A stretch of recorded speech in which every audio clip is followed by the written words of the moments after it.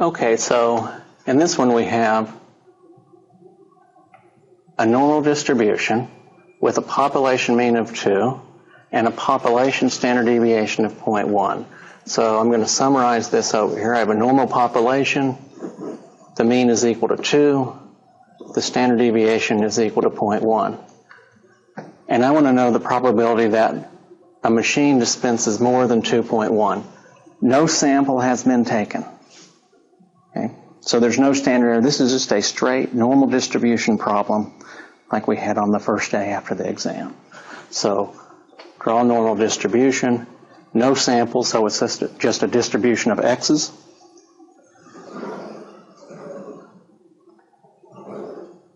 With a mean of 2 and a standard deviation of 0.1.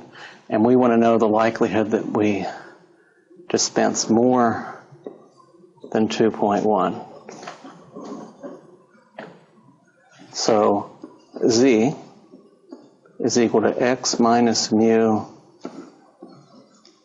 over sigma. 2.1 minus 2 over 0.1, which is 1.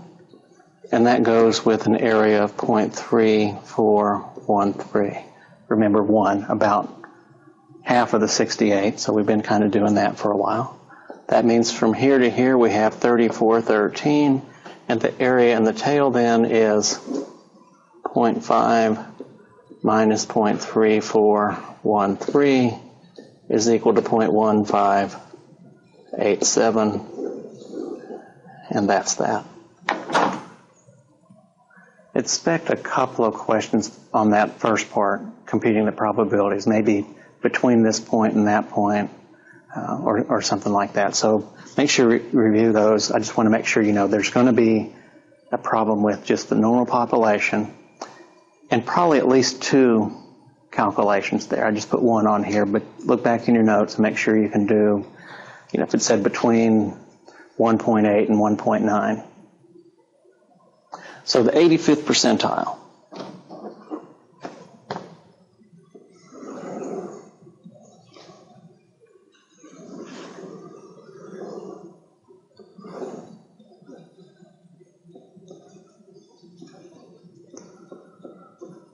So that's just the curve rewritten. Again, no sample or anything like that. We're just looking for a value of x such that 85% of the values are less than this x. We know from the mean down is 0.5, which means that this has to be 0.35.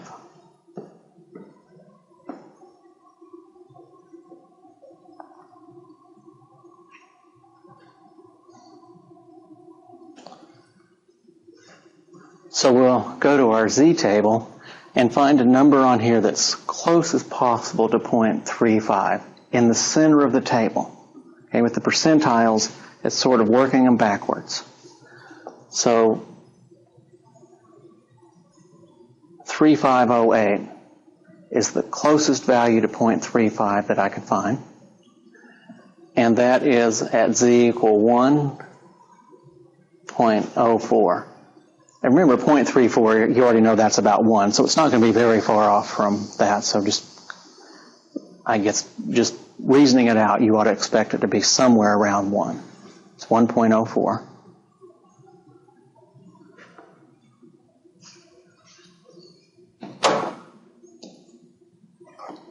So this x is equal to the mean plus 1.04 standard deviations, or 2 plus 1.04 times 0.1, and that's going to be 2.0104. A tenth of that, I'm just moving that over.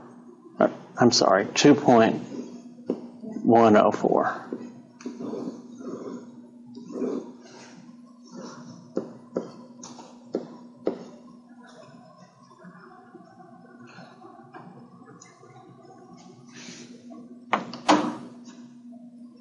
not part of this problem, but just as a side note, remember if it said something like the 10th percentile,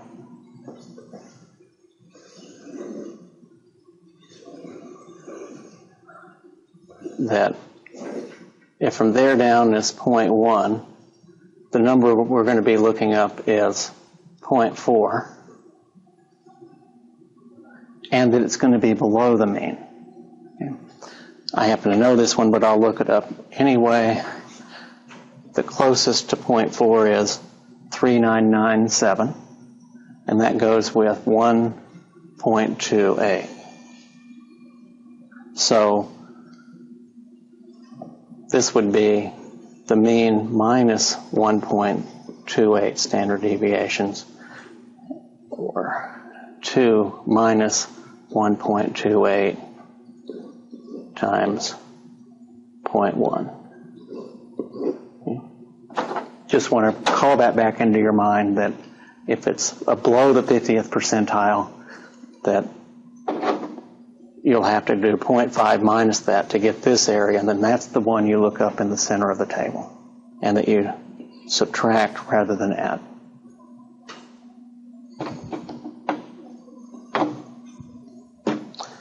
Okay, so you should expect, and this is exactly how I do it on the test, that you've done the normal distribution, you've done the percentile. Now we're going to have one where asking about the sample mean and that a sample has been taken. So n is equal to 4. We still have, let me go ahead. We're talking about the distribution of sample means because we're asking find the probability that a sample mean is greater than 2.1.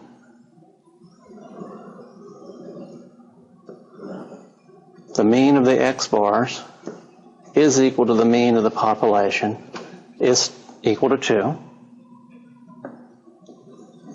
The standard error, the sigma of the x bars, is equal to the population standard deviation.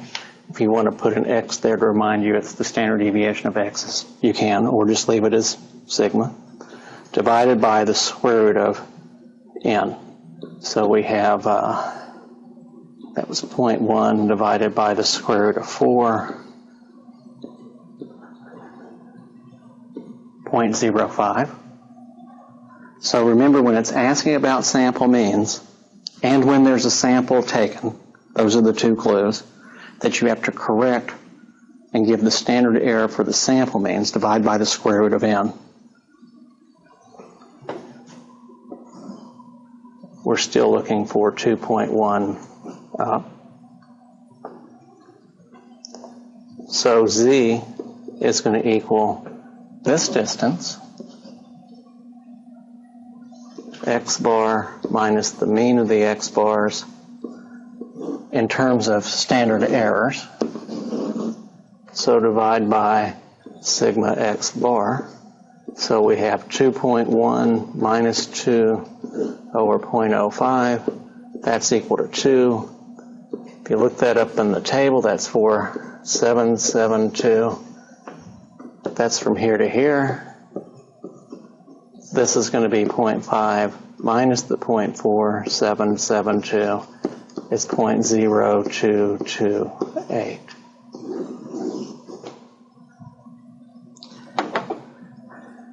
It's kind of sick that I've memorized parts of the table.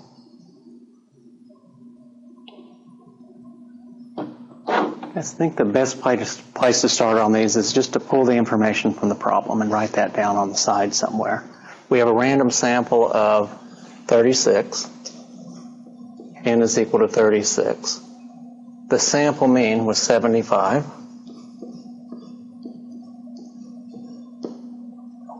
Sorry. Change that from sample standard deviation to population standard deviation. Sample standard deviation, we'll get to that after the test.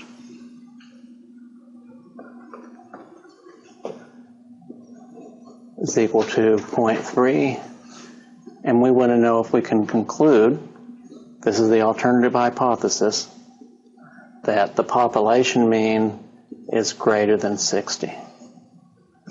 Of course, HO will be always equal.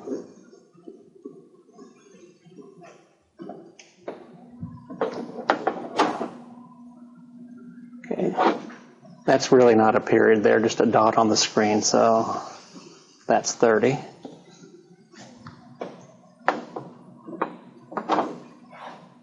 Okay, so part A was formulate the hypotheses. Got that. I just, with the HA or the HR, I just read what it said. Can we conclude that the population mean is greater than 60? For the critical value approach, this will be part B, we'll need to have a decision rule. We're going to reject HO if z-test is greater than some value. It's always going to be the same direction as you have in your alternative hypothesis. And we're just going to use, on this test again, alpha equal to 0.05. We'll get to different levels of significance for the next test. And that's going to be 1.645.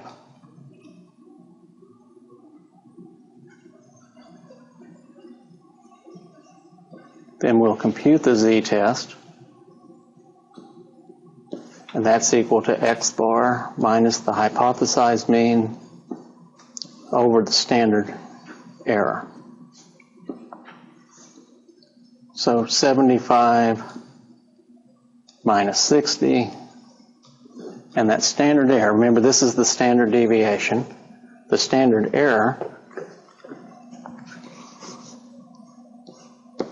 is standard deviation divided by the square root of n, or 30 divided by the square root of 36, and that's equal to 5.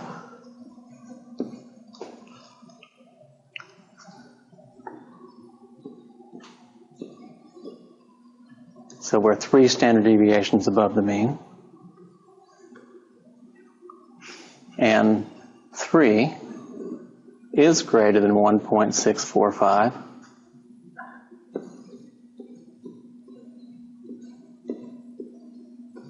Therefore, we reject HO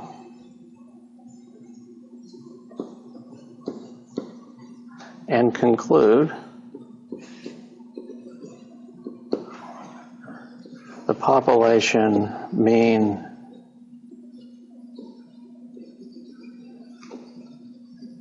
time to rent the car on the thing is greater than 60.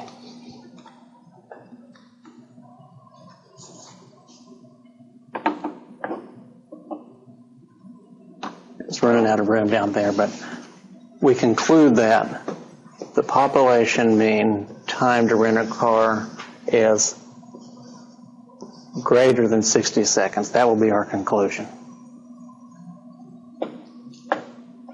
Okay, the other question on here is, if we have outliers, is the sample size large enough for this to be a valid inferential process? N is 36. If you have outliers, you need at least 40. So the answer to that is no. Now those are cutoffs and we're pretty close. I don't know whether or not I'd really throw it out. But if we just use the cutoffs, the 15, 40, 100, if there are outliers, then this test really, the sample size is not large enough for us to really trust this analysis.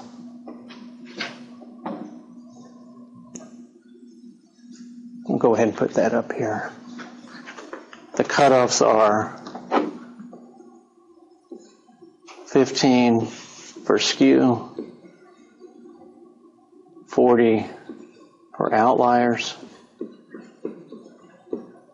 and 100 for extreme values.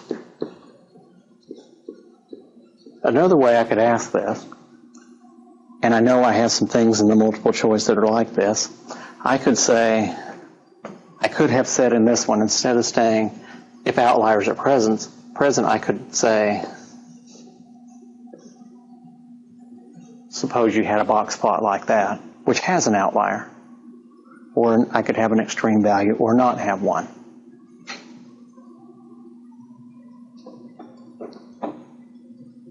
Okay, after reading through this problem, we're going to do a confidence interval. So I'm going to find in the sample mean and the standard deviation. I have a sample size of 32, a sample mean of 8.2, and a standard deviation for the population of 0.16.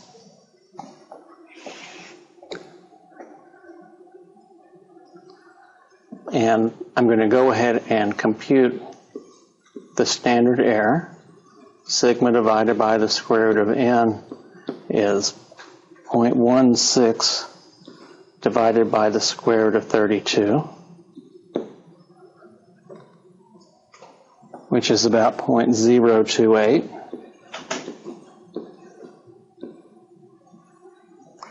And my confidence interval is the statistic x bar plus or minus confidence coefficient z times the standard error. So now it's just plugging some things in here. Well, for 95% confidence interval, z is going to be 1.96. Again, I'll either put that on the board, those 90 and 95%, and the 1 and 2 tail test critical values, times the standard error of 0.028. So that was 8.2 there. Was showing up a second ago. And so we have 8.15 to 8.25.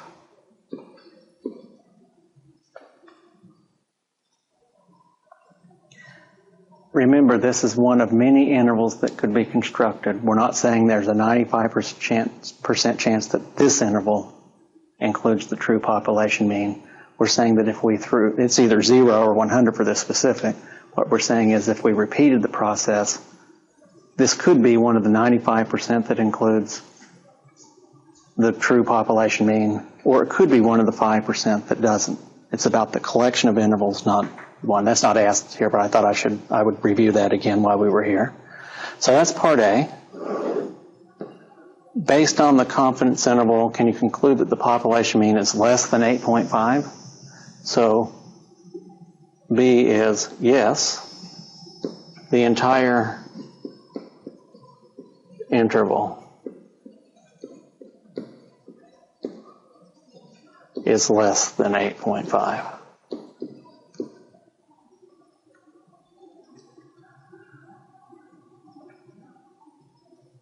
And then the last one, if the data are skewed, is the sample size large enough? No.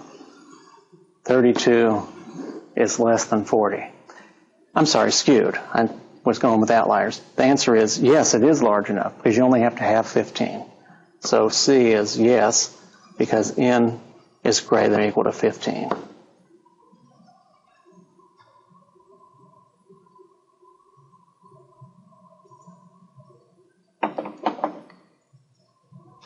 While we're here, I'm going to recommend that you use your calculator to verify your answers. So to do that in this one, stat, tests, go down to Z interval, and the standard deviation was 0.16, the X bar was 8.2, sample size 32, confidence level 95, calculate.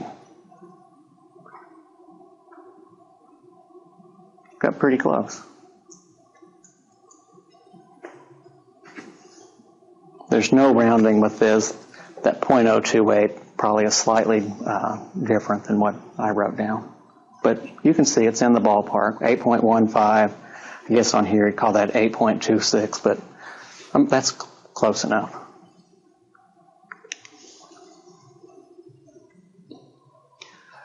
Okay, so in this one, again, I'm going to start with just pulling information out.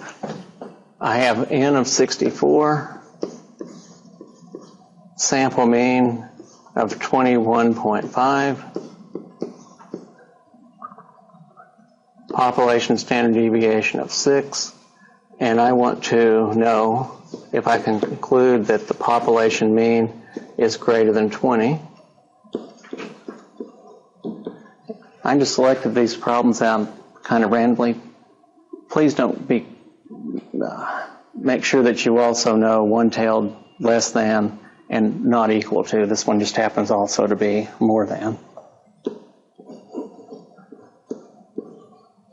That won't happen on the test. You can expect at least one two-tailed test. So that's part A. To calculate the p-value,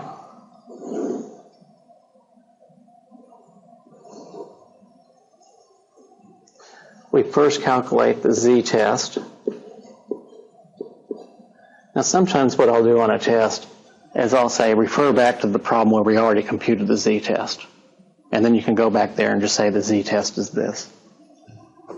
Kind of depends on how long I think the test is.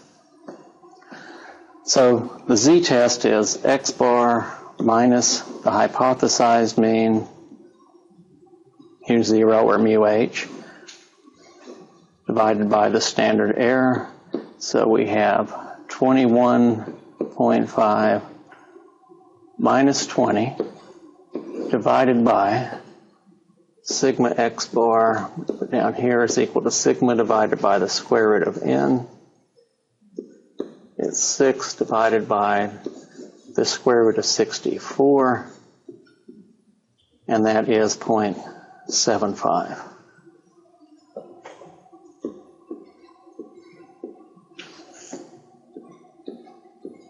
And that's going to be 2.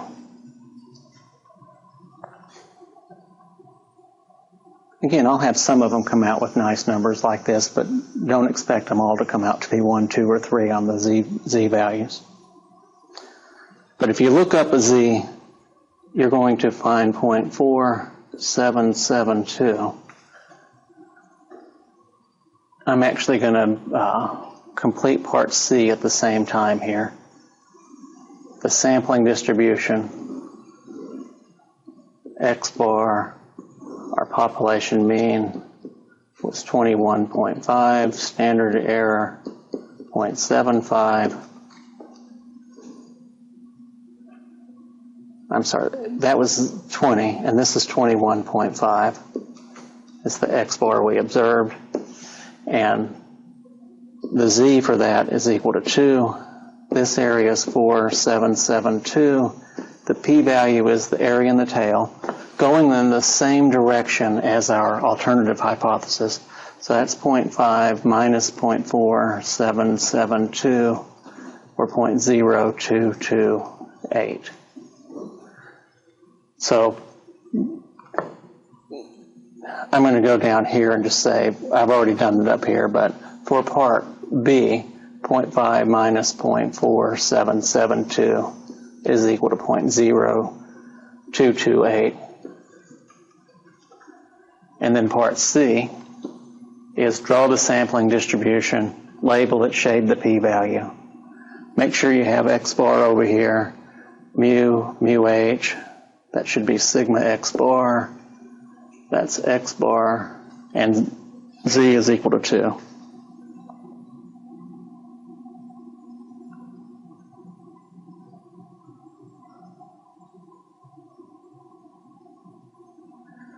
I'm going to skip down to part F first, and we'll get back to E. Is the sample size large enough? Explain. Well, the sample size is 64. It's okay unless there are extreme values.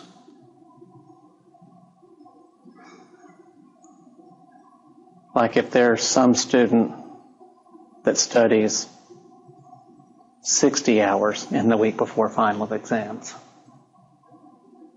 That would have been me. I'm sure other people did too. Maybe 21.5 is a little low. I'm talking about a regular semester when you have 5 exams and that kind of thing. Surely you study more than 21 hours for that.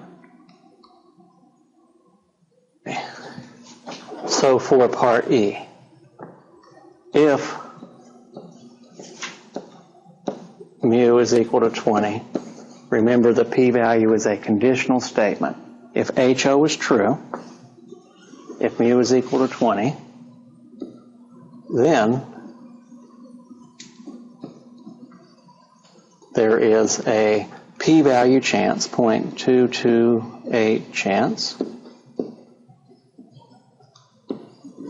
of getting x bar greater than or equal to the x bar of 21.5 that we observed. Remember, it's not, there's a 0.0228 chance of x bar greater than or equal to 21.5. It has to have that conditional aspect to it if HO is true. Then there's that. Sorry, I skipped part D. Based on the p-value, should we reject at the 0.05 or the 5% level of significance? Well, we would reject if the p-value is less than 0.05, less than the p-value. The p-value of 0.0228 is less than 0.05, so yes, you reject HO.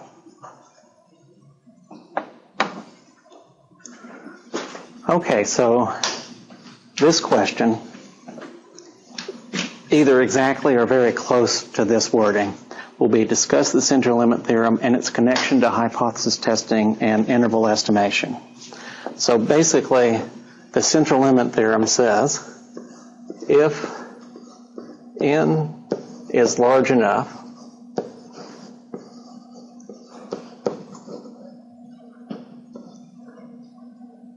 I'm going to restate that first sentence. No matter the shape of the population, it could be written either way, but I want to make this as a picture too, and so no matter the shape of the population, remember we had, when we did the simulation in class, we had a population that looked like that, but it could be a population that looks like this, any population size. It's going to have some mean and standard deviation. So any shape of population. If n is large enough, and I'm going to put parentheses in here, just 15, 40, 100, skew, outliers, extreme values.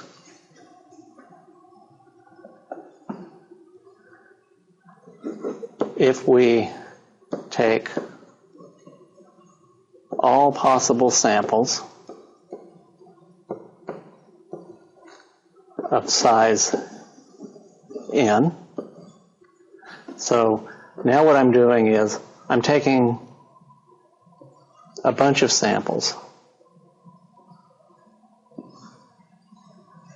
And each sample probably is going to look fairly shape-wise, depending on the size of it. If it's a fairly large sample, it's going to have some similarity to the population. So I take all of these samples, compute x bar for every sample.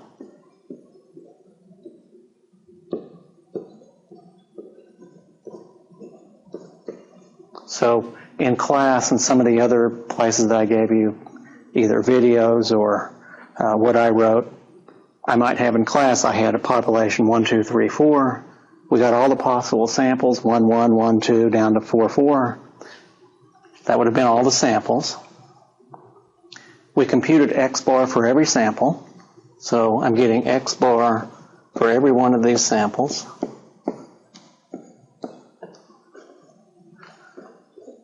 The sampling distribution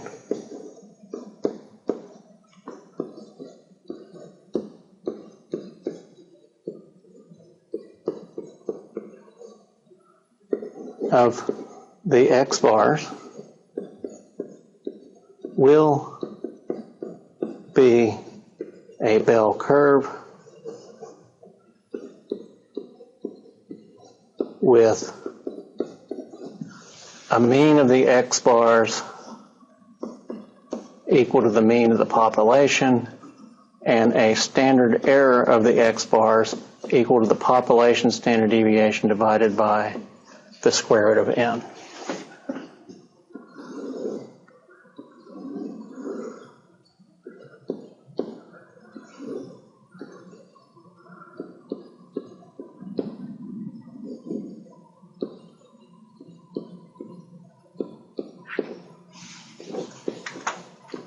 And that means that no matter what the shape of the population is, if I take these large enough samples, I can still use the z distribution to calculate probabilities for this normally shaped sampling distribution.